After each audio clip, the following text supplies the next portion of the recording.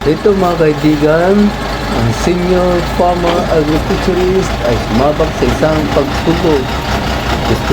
Gusto ko namang maranasan kung paano mag-operate ng heavy equipment para naman magkaroon akong ibang skills, driving skills sa heavy equipment.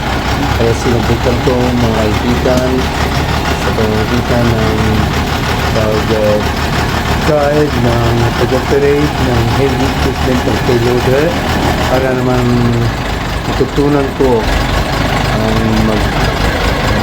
gumamit ng payloader. Ayan, sa pamamagitan ng pagtuturo ni Robert sa akin ay napatras, napaabante ko at nakapag-hakot ako ng buhangin doon at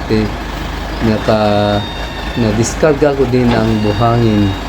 Ayan mga kaibigan, testing lang, pagsubok lang para naman magkaroon ng experience.